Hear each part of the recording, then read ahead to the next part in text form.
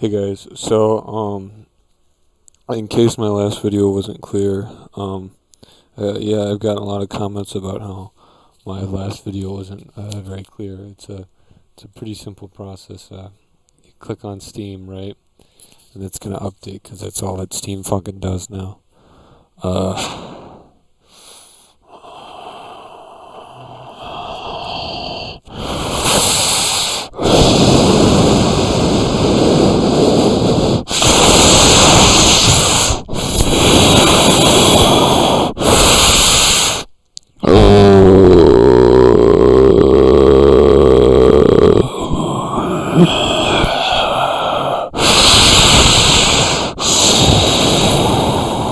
okay, so let's say you forgot your Steam password.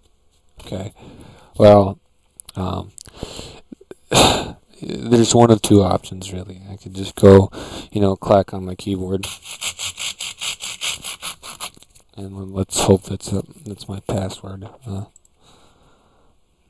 Oh, well, it's not my password, so the only other option that I really have is to, restart and go kill myself. So, thank you guys for watching. Hit the bell, hit that motherfucking subscribe button. You know how it be. Alright, peace.